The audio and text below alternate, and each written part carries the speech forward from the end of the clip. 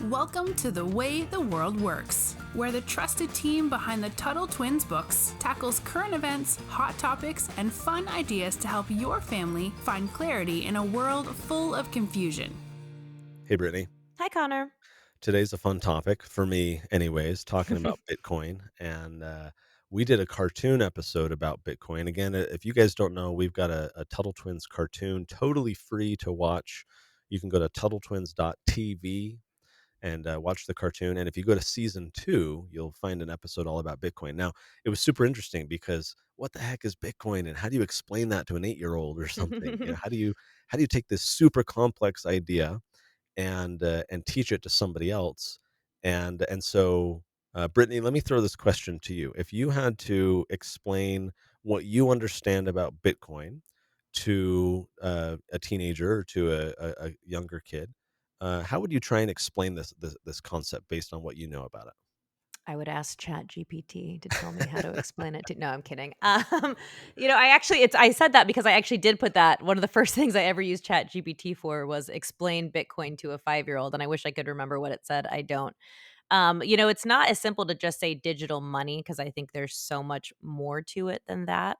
But that is probably where I would start, and I know that that's very baseline, but yeah, I would start with it's internet money, which I know is it? terrible.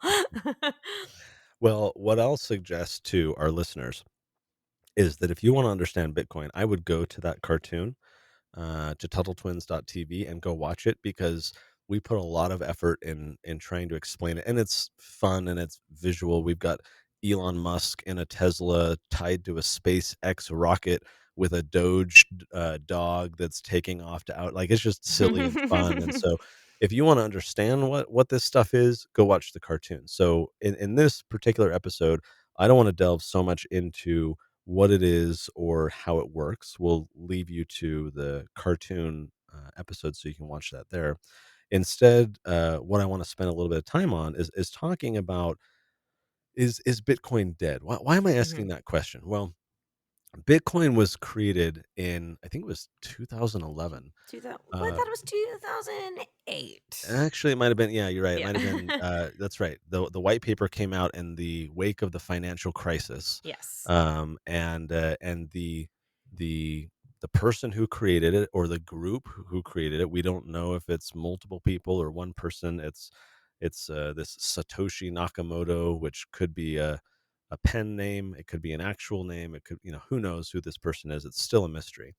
But when they wrote this white paper, this kind of document outlining, here's Bitcoin and here's how it will work, they were very critical of the government that had been bailing out these companies, that had been abusing taxpayers, stealing from people.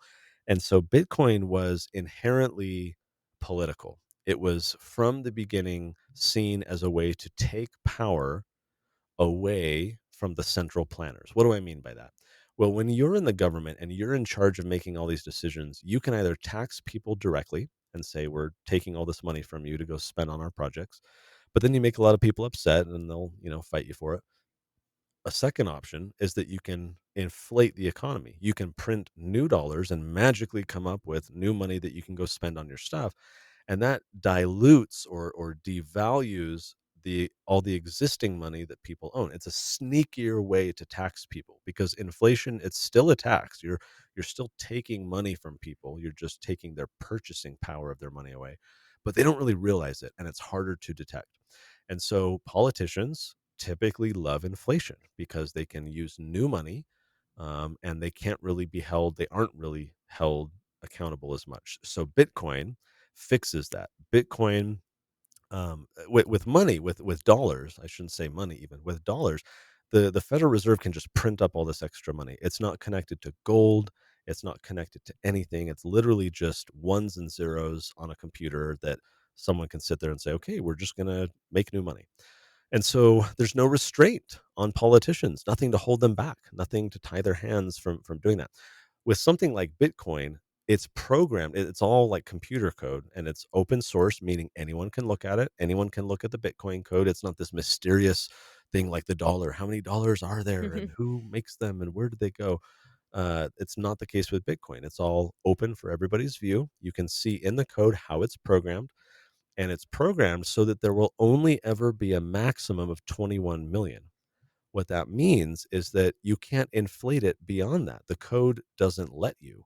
And so obviously this can get a lot more advanced. The point I want to make is that Bitcoin is kind of this open, transparent process, kind of like you're saying, Brittany, of internet money, where it's digital and you can transfer money around and so forth.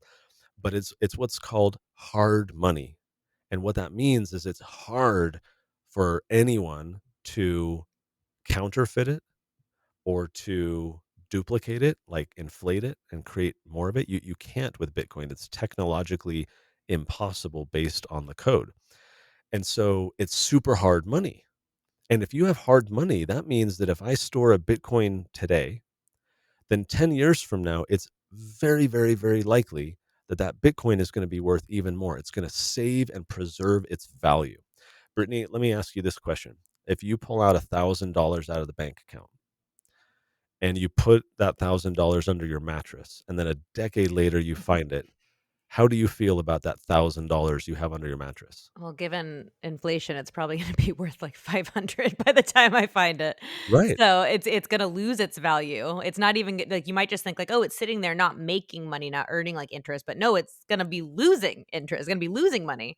Exactly. A lot of people might say, "Oh, you should have put that in a savings account so you could earn more money." But even when you put money in a savings account, the dollar is being inflated at a higher rate than the savings. So still losing purchasing power, just not as fast if you have it in a savings account. But if you just got it under your mattress, you're not getting interest from a savings account, and as you point out, it's losing value. That is what we call soft money. So something like Bitcoin or even gold is hard money. Gold, Bitcoin is harder because gold, like you could go, if the technology was there, we could go explore asteroids, that have gold, and all of a sudden, we could triple the amount of gold on Earth, and that's massive inflation. So there's a lot of gold out there in the Earth and out in space, and so gold isn't like extremely hard. It's pretty hard. It's hard to go dig up new gold. It's hard to find it, and so it is hard to produce more of it. Bitcoin though is programmed hard money. You just can't replicate Bitcoin, and so that's a very attractive way for people to store their wealth and think, okay, if I'm earning all this money right now and I'm working so hard to earn this money. I'm working two jobs. I'm starting my own company. I want to save up for the future, have a family, have kids, have a house, whatever your goals are. If if you're working to save up all that money, then the question is, how can you save it in a way that will maintain its value, that will preserve its value and not be eroded? Something like Bitcoin is interesting for that reason, whereas dollars, as we've pointed out, is losing money over time. Now, Bitcoin is often attacked by people. I would say it's heavily attacked by people who often don't understand it, which is common for things that are either new or things that threaten an existing established order.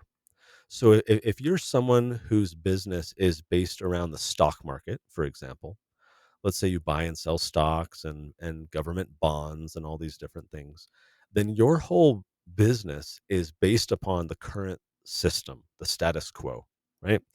And so along comes this crazy Bitcoin thing that a lot of people are using instead of the stock market, and they like it more than buying government bonds and so forth. That's a threat to your business model. It's a threat to what you're doing. Or politicians, like you think of, Senator Elizabeth Warren, who's always on a rampage against Bitcoin. She's a member of the Democrat Party, and she's always having like committee hearings and press conferences talking about how horrible Bitcoin is and all these criminals use it and so forth. Well, if you're in the government and you have access to the printing press of money, your buddies at the Federal Reserve will just finance whatever government programs you want to do, then Bitcoin is also a threat to you as a politician. Because if our government adopted even a gold standard like we used to have, or a Bitcoin standard, then the politicians' hands would be tied.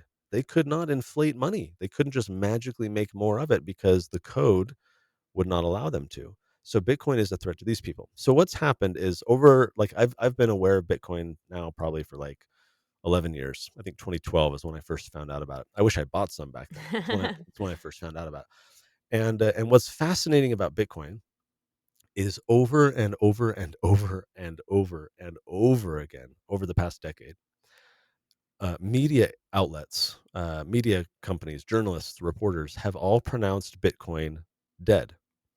In fact, I think there's a website, I don't remember the name, where they kind of catalog, they keep track of all these news articles that say, "Oh, Bitcoin's over, it's done, it's dead, it's finally," because Bitcoin has been very, the word is volatile, and what Mhm. that means is the value based in dollars. So let's say I own one Bitcoin, and let's go back a decade, back to 2013, 2014. If I owned a Bitcoin then, it was probably worth about 100, $150. Let's just say $100 to keep it even. So one day it's worth $100. The next day it might be worth $200. The day after that it might go down to $70. The day after that it goes up to, $240. And so it's volatile means it's just kind of chaotic. It's going up and down. And there have been a number of times throughout the past decade or so when Bitcoin's price went up really high and then it came crashing down. Like the highest price of Bitcoin in Yeah, what dollars was it? was like 60,000 or something like It that. got the okay, I didn't remember it getting that high. I thought it got just around, like, maybe 50, but wow, that's pretty Yeah, high. it was up around 60 something, and that was super high. It was a few years ago. And then it went crashing down to like, I don't know, 15,000 or something. So all these news articles come out saying, "Oh, look, it's dead." And then sure enough, you just let time go by. At the time of the recording of this, it's mid-December. The price of Bitcoin, I think, is like 38,000 or something. And so clearly it's come up from the bottom.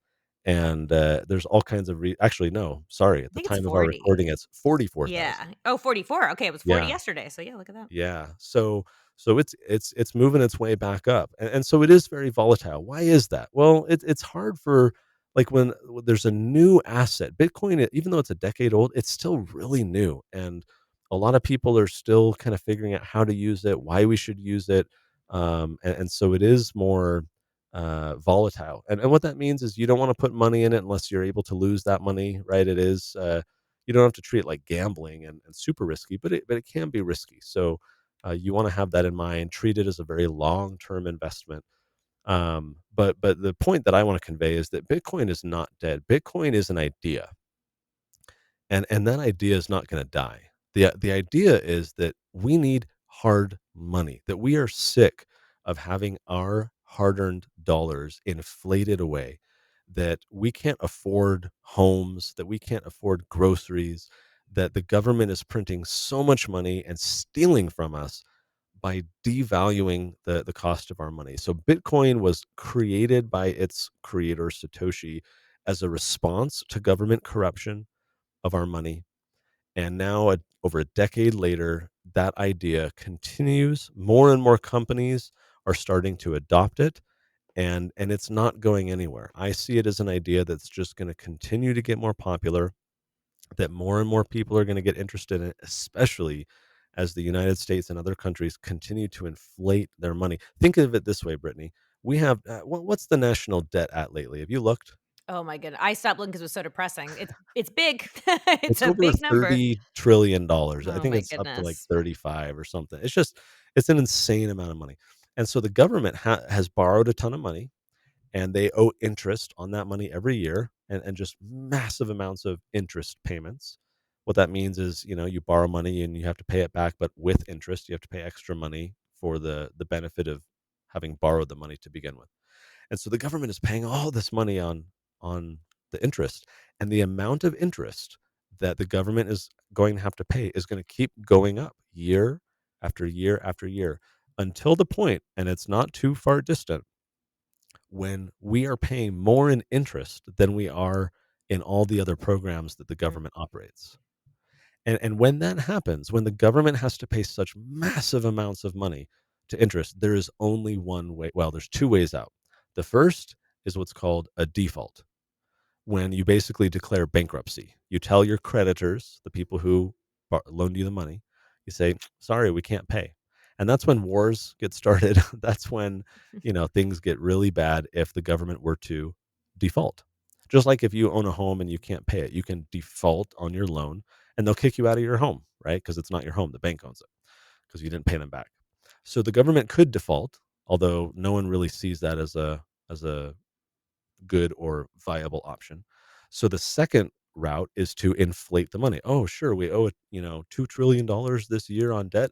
Okay, let's print up 2 trillion of new dollars so that we can give it to our creditors. And so when you do that, as we've seen throughout COVID, when they printed like $7 trillion, it just makes all the existing money worth less and worth less. This is happening all over the world. Governments are printing tons of money. They're inflating their economy. They're stealing from their people. So Bitcoin as an idea is not going away. If anything, it's going to continue to get more popular among people who are fed up and who want to preserve the wealth that they have built, who want to save the purchasing power of their money. So it's worth paying attention to.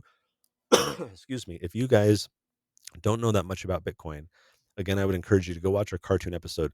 Even the parents, I mean, I can't tell you how many people, even the adults who I've talked to, they're like, oh my gosh, I've read all these articles about Bitcoin and YouTube videos, and I could never really understand it until I watched your cartoon. So, whole family listening, go check out TuttleTwins.tv. Go to season 2. You'll find the Bitcoin episode. It's a silly episode. It's really fun. But it's going to teach you all the basics. So it's worth looking into. Maybe you end up buying some, maybe you don't, but at least you'll understand what this is, why it's hard money. And I think in the years ahead, we're going to need stuff like this even more because I think the government's just going to keep inflating and keep inflating. And so we need tools to fight that. And a hard money option like Bitcoin is an option to consider. Brittany, great chatting with you. And until next time, we'll talk to you later. Talk to you later. You've been listening to The Way the World Works. Make sure your family is subscribed and check out TuttleTwins.com for more awesome content.